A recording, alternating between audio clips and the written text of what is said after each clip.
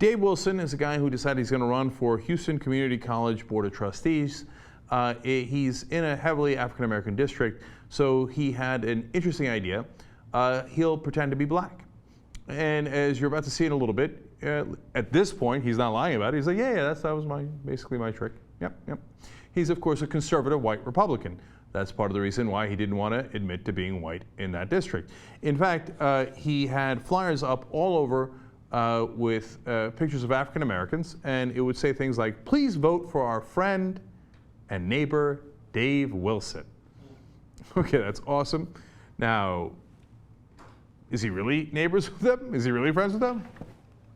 In fact, he says he took them from a random website and doesn't know those people at all. At least he's honest now that the election's over. And then he says he was endorsed by Ron Wilson, who is actually a well-known African-American representative in Texas, okay? He says at the bottom of the flyer, Ron Wilson and Dave Wilson are cousins. So he's, of course, not talking about that Ron Wilson. He just apparently happens to have a cousin who lives in Iowa who's also named Ron Wilson. That's funny. Now, if all that wasn't enough, get a load of this ad that he ran on the radio. Bruce Austin is killing the hopes and dreams of our children. He's setting them up for failure. Girl, please, I bet he has relatives that could have used some of that scholarship money he voted against. I've had about enough of him. So what we gonna do? I'm voting for Dave Wilson. What is it about these guys who try to trick black people? You know, I know what it is. It's that they believe in the stereotypes. So there was another Republican group that had run similar ads in another election, and they always get the person who does it over the top, like, girl, what are we gonna do? Oh, we're gonna vote for Dave Wilson. Like, oh, please, man. Look, when you hear one of those ads, it's like 9 out of 10 times apparently it's a white conservative who's trying to trick you into voting for him. I found that ad so damn offensive. So did it work? Yeah. He unseated a 24-year incumbent, and he won by 26 votes. So then he goes on TV, and is he going to apologize for it? Let's find out. It is a ploy. I agree with that. The fact of the matter, that ploy didn't come out until he sent out the racist piece that said I was a right-wing hate monger and that I had advocated the return of chain gangs to clean the streets. I don't know where he got all that, but he sent that out, and I felt like I had to neutralize that issue, and I wanted to, not confuse, but I wanted to refocus the issue back on refocus the race back on the issues, not the color of my skin. There were some awesome Freudian slips in there. I wanted to refocus on race. I mean the issues in the race. Right? And he's like, I wanted to confuse the issue. I mean refocus the issue. And there's some great irony here for a guy who did the whole campaign based on a lie. At the end of the campaign, being pretty honest, going, yeah, well, it was a ploy. Yeah, I meant to trick those black people into voting for me.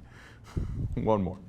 I wanted to run this campaign on the issues, not my skin color, and that was mainly the whole strategy. And because it was an African-American district, I didn't feel like putting my picture on any of those brochures would get me any votes. So I stuck with the issues, and I brought them up, and that's what I considered important in this race, the issues, not my skin color.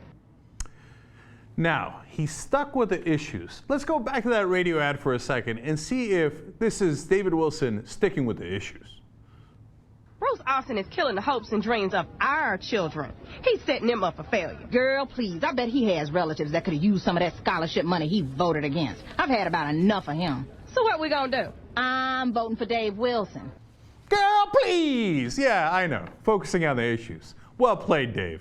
Now, at the same time, it is an open question as to whether anything should be done about it. I mean, the guy he beat says, I don't think it's good. I don't think it's good both for democracy and the whole concept of fair play, but that was not his intent, apparently.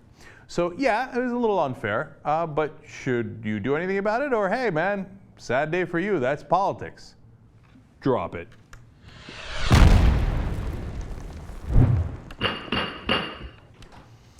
All right, I go to my esteemed panel here. Chief Justice Jesus Godoy, what say you?